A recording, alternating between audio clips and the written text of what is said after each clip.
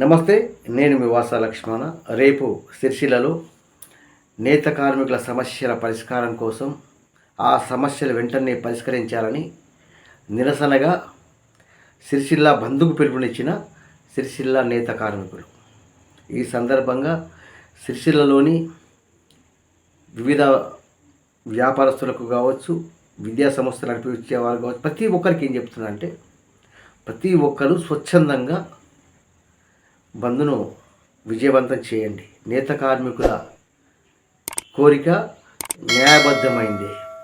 సిరిసిల్ల బంధు ఎందుకు పెడుతున్నారు అనేది ఒక సిరిసిల్లలో కాదు, రాష్ట్ర వ్యాప్తంగా కూడా తెలాలి, దేశవ్యాప్తంగా కూడా తెలాలి. కాబట్టి ఇట్లా ముందుకు వచ్చిన ఇప్పుడు రేవంత్ రెడ్డి గారు నేను మాట్లాడుతున్న రేవంత్ రెడ్డి గారు, మీరు రుణమాఫీలు ఉచితాలు ఇచ్చి జైలు కొట్టించుకుంటున్నారు కదా.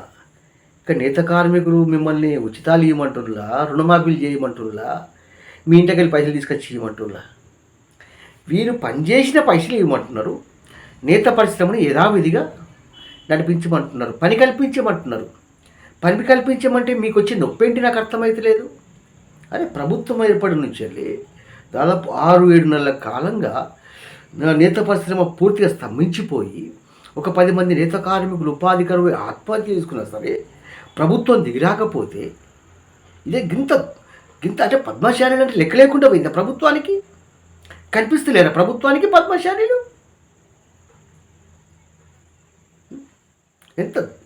ఎంత బాధాకరమైన అంశం అండి. ఇప్పుడు మొన్న కూడా నేను పోయినా అక్కడ ఆ బంద్ దీక్ష చేసినప్పుడు, అరే 6-7 నెలల కాలంగా నిరసనలు, దీక్షలు, రాస్తారోకలు, రోడ్ల మీదకి వచ్చినా సరే అరే కనీసం ప్రభుత్వంలో చలనం లేదు, ఆలోచన లేకపోతే ఇక మేమేమనుకోవాలి?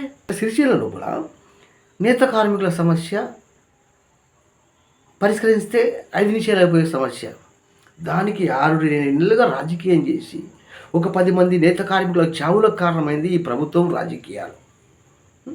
ఇలా పొన్నం ప్రభాకర్ గారు అసెంబ్లీలో మాట్లాడిన మాట కూడా నిన్న అసెంబ్లీలో మాట, సిరిసిల్లలో చేనేత కార్మికులు ఆత్మహత్య చేసుకుంటున్నారు అంటే, పొన్నం ప్రభాకర్ అన్న మీ నిరంకుశ పాలన వల్లనే సిరిసిల్ల నేత కార్మికులు ఆత్మహత్య చేసుకున్నారు.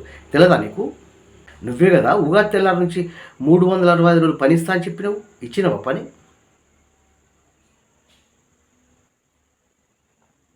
అరే ఆ బతుకమ్మ చీరలు బంద్ చేస్తే బంద్ చేయండి కదా. వీళ్ళు పని చేసిన పైసలు ఇవ్వలేదు కదా.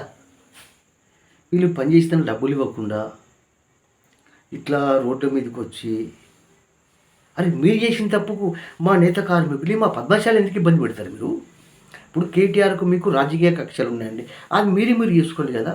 మీ రాజకీయ కక్షలకు పద్మశాలిని నేత కార్మికులు బలి చేస్తారా? ఇదెక్కడి రాజనీతి, ఇదెక్కడి రాజకీయం? చెప్పండి ఈ వీడియో విషయం. ఇట్లా ఇప్పుడు సిరిసిల్ల లోపల నేత కార్మికులు, నేను తరచుగా వెళ్తుంటాను, మీకు తెలుసు. అరే వాళ్ళు ఏమంటున్నారు, మాకు పని కావాలి, పని చేస్తాం, ఆ పని చేసిన పైసలు ఇవ్వండి. ఈ పని చేసిన పైసలు ఇవ్వకుండా, పని కల్పించడం పని ఇవ్వకుండా ఇది సరికాదు. ఇది ప్రభుత్వం వెంటనే ఈ నిరంకుశ చర్యను ఉపసంహరించుకోవాలి.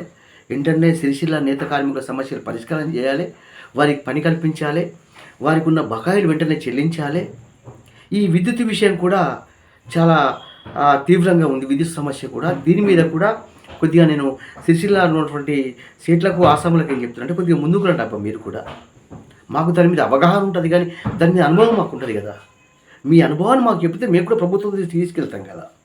ఎంత బాధ అనిపిస్తుందంటే, ఒరి రామగోస వాళ్ళు ఏమంటున్నారా? ఉచితాలు ఏమంటున్నా, రుణమాఫీ ఏమంటున్నా, పని చేసిన దానికి డబ్బులు అడుగుతున్నారు, పని కల్పించమంటున్నారు. ఇంత దుర్మార్గం పనికిరాదు. కేటీఆర్ గారు మీరు కూడా ఏం చేస్తున్నారండి? మీరు అక్కడ శాసనసభ్యులే కదా. మేము దాదాపు ఒక 10-20 సార్లు వచ్చినామండి సిరిసిల్లకు నేత కార్మికుల సమస్యల మీద మాట్లాడేందుకు. మీరు ఒక్కసారి కూడా మాకు కనిపించలేదు. ఇది సరికాదు. వెంటనే సమస్యలు పరిష్కరించండి, లేదంటే మేము యావత్ పద్మశాలి సమాజాన్ని ఏకం చేసే పరిస్థితి తీసుకురాకండి. తీసుకొస్తే తట్టుకోలేరు మీరు. జయ పద్మశాలి, పద్మశాలి కుల బాంధవుల షేర్ చేయండి. నాకు కొడుకుంది. ఇదేం ప్రభుత్వమే?